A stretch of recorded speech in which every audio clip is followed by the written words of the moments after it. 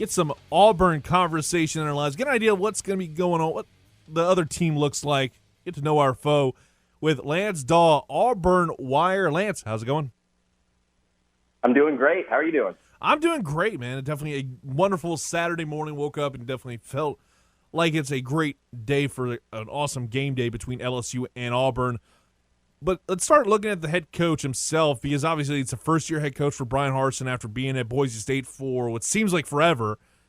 What's been the early return so far on Harsin after the way the season has started, with, especially with that tough loss to Penn State and barely eking out the win over Georgia State? Well, over the course of the first two games, right, you look at the final scores and you say, well, Auburn's obviously going out there and they're getting things done. And whenever you go and watch the film on that first game specifically against Akron, I think we saw a lot of really good things. I think we saw a lot of good things from Bo Nix. I think we saw a lot of good things from the offense. They were more diverse. They weren't just running the football over and over.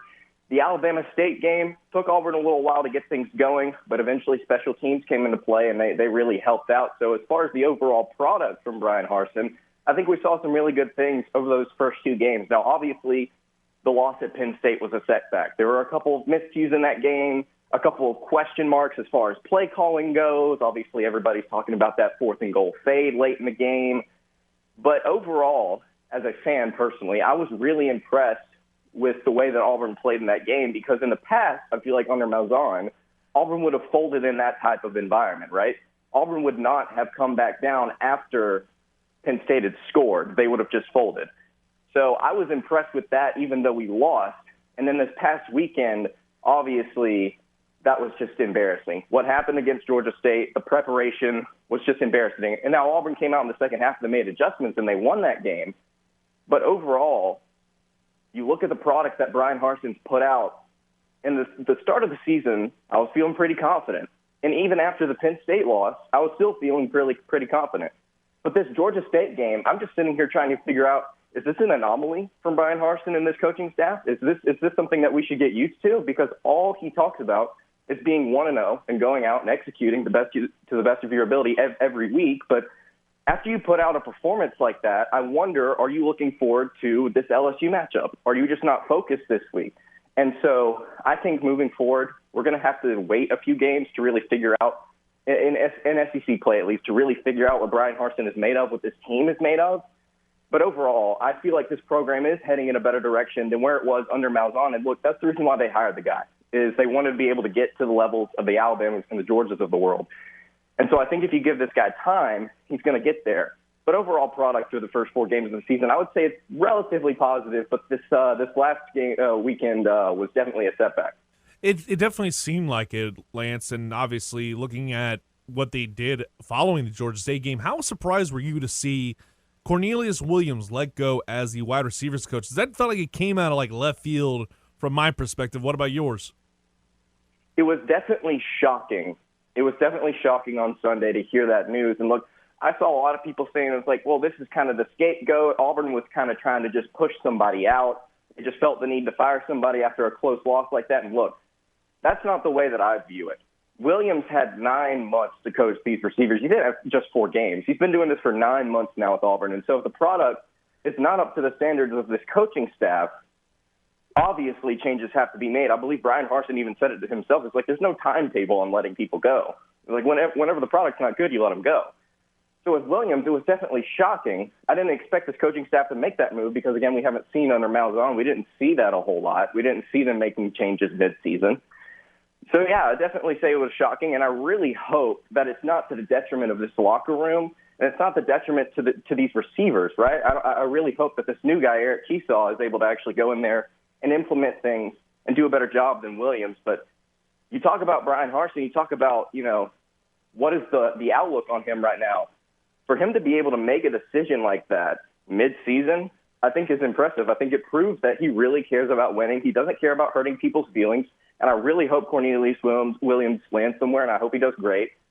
But he really just cares about what's being put out on the field, and he cares about these kids and these players and this team getting better. So, yeah, it was surprising. But whenever I sat down to really think about it, it impressed me. It was kind of cool to see that happen because, again, like you talk about the fact like Brian Harsin always talks about being 1-0 and just focusing on one game at a time. I think that may have changed things. He's like, internally, I think this week was definitely, I like to call it ass chewing time, where after a tough loss or you barely eke out a win to a team you should have been able to beat by, let's say, 20 points, that's what Georgia State should have been, in all honesty, for a program like Auburn. And I think that this week was definitely like behind the scenes, guys, we need to get our asses in gear or we're going to wind up losing a lot of really big ball games, especially with this one coming up to open up conference play against an LSU team that looks to be a little bit better, and now, especially now, because now you got the quarterback controversy. And last I checked, I did not see anything about who he has starting. Have you heard anything? Is it going to be Bo Nix, or is it going to be former LSU quarterback TJ Finley? I've not heard anything about who's going to start tonight, but I will say I know that Bo is not 100% right now. I know that Finley was taking first-team reps every single snap of first-team reps on Sunday. Since then, Nix and Finley have split time. But look, whoever trots out there is going to have a complete game, and I really hope that whoever this coaching staff puts out there, I hope they finish the game, because I do not want to see a quarterback carousel. We've seen things go bad quickly in the past whenever Auburn has not been able to have stability at the quarterback position. So when you look at Bo Nix, you look at TJ Finley, you look at their different skill sets, I think you take a look at this game plan, and I look at this LSU defense, and I make my decision based off of, okay, who can lead and who can best execute that game plan. So I don't know who's going to start this Saturday. If I had to pick, I would say Bo Nix. I still think Nix, after 3 years in the SEC, he should be the one to start this game. But Finley also, I believe, I would not be mad if I saw Finley trot out tonight at 8 p.m. I believe he's got some things to work on, but I think he's got a great skill set. And he could definitely take this team to another level if he goes out there and he executes. So I think it's going to be Nix. That's just my personal opinion. What's the things he needs to work on? Because I'm interested to hear your perspective on this, because like he's a guy that had a really great freshman year that made people take notice. I mean, the fact that Auburn beat Alabama and knocked them out of the playoff in 2019, and now it feels like every year he's regressed at least somewhat to where this team like absolutely needed to see a change, especially after the way the Georgia State game was going, and thankfully TJ Finley was able to come away with that big win for the program after what it felt like the game was out of reach. He was able to kind of lead this team to victory. What do you think he needs to improve on to be able to kind of really assert himself back into that leadership role? I think the most important thing for me is his accuracy. We saw, even on that final drive specifically for TJ Finley, we saw him miss on a deep post shot. If he had put it on the inside shoulder of the receiver instead of leading him outside, the receiver, Javaris Johnson, would not have to dive for it. He would have caught it in stride. And then we saw, closer towards the end zone, we saw Kobe Hudson wide open on the left side. He just overshot him. And we saw miscues. When he came into the third quarter, we just saw him miss on throws occasionally. Now the leadership is there. That he does not need to work on. He's decisive, he's gutsy, but I think the accuracy is the most important thing for me. Because these receivers, if they get open, you're going to have to be able to hit them downfield. It's something that we saw in the Penn State game, right? When Nix was, he had some receivers open. Demetrius Robertson specifically was open a couple of times downfield deep, and he just missed on him.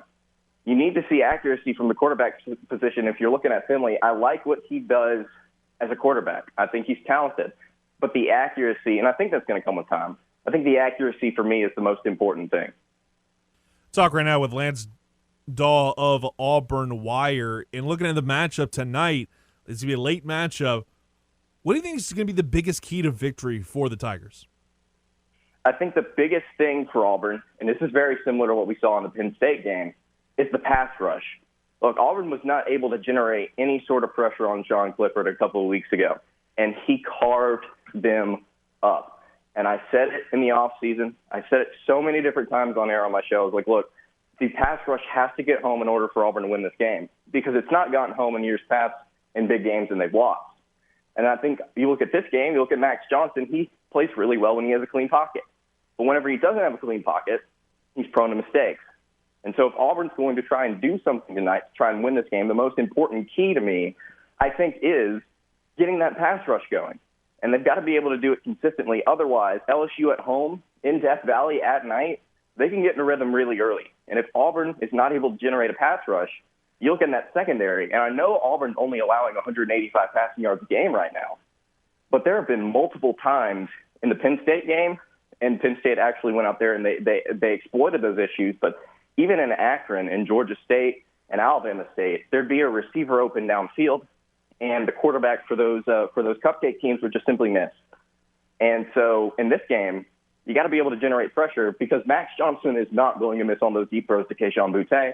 He's just not. It's just simply not going to happen. So if this pass rush can't get home, I see a very similar scenario to what happened in Happy Valley a couple weeks ago, where Max Johnson just goes off and has an incredible performance. And, when you think about it, Auburn, over the last several years, they've gone to Tiger Stadium since 1999. They haven't won a game at LSU's Tiger Stadium. I think this game, obviously, be a huge statement win for Harsin because it would be breaking that curse of almost over 30 years at this point. What can this do for him to kind of silence some of those maybe boo birds that have circled around the program? It's probably not many, but I feel like there are some that are out there kind of nitpicking at him. There are certainly some, I would agree with that. And what it would do is it would make everybody completely forget about what happened last week, right? If you take that performance out, you're looking at an Auburn team that went out there and executed and then dropped at least 60 on 2 cupcake opponents, which is a good thing. You should beat those opponents like that. And then they went out and competed against currently the number 4 team in the nation. So I think you get that win against LSU, everybody forgets about that Georgia State loss, and all of a sudden bowl eligibility is back on the table for Auburn. And not only just bowl eligibility, but you look at some of these other games, the Texas A&Ms, the Arkansas, the Ole Misses, I think those are games Auburn can go out and not just compete in, but win, if they win this game tonight. If they don't win this game tonight, I can definitely see some more boo birds joining the crowd and complaining a little bit, because at some point, all the talk about 1-0 and getting better, it becomes repetitive if you're not out there winning. But if Auburn were able to win tonight, I think moving forward for this program, it would definitely save the season because I think a lot of people would finally shut up. But I think moving forward, it would just do wonders for this fan base just to calm them down and to calm this locker room down, because I guarantee you a lot of players are somewhat uneasy after last week's performance. 2-part question before I let you go. First part, what do you think the score is going to be for tonight's contest? And second part, if Auburn wins, how crazy is Toomer's Corner going to be? Oh, I'll answer the Toomers part first. Well, I've been not as much as I would have liked to Toomers after a win, but it's a phenomenal scene. It's going to be absolutely wild. They do have some trees that we're not allowed to roll, but they're probably going to get rolled anyway if Auburn wins tonight. And there will be a lot of cigars. I will also say that as well. Final score, I'll be honest with you, Clint. I think Auburn's pass rush is definitely dealing with some issues right now. That secondary is not 100%. The linebackers aren't 100% healthy. Owen Papo is questionable for this game. And I just don't see Auburn surviving against a pass-happy LSU offense. This is the first time this Auburn defense is going to get tested. Right now, I'm thinking Auburn loses by 10. 37-27 was the final score that I put out on Auburn Wire, and I'm going to stick to that. So what you're saying is if Auburn wins, Toomer's Corner is going to look way better than the Heisman House commercial with Charles Barkley, right? Oh, absolutely, yes. I appreciate you coming on, my man. We'll talk to you down the road. Enjoy the game tonight. Thank you. I really appreciate it.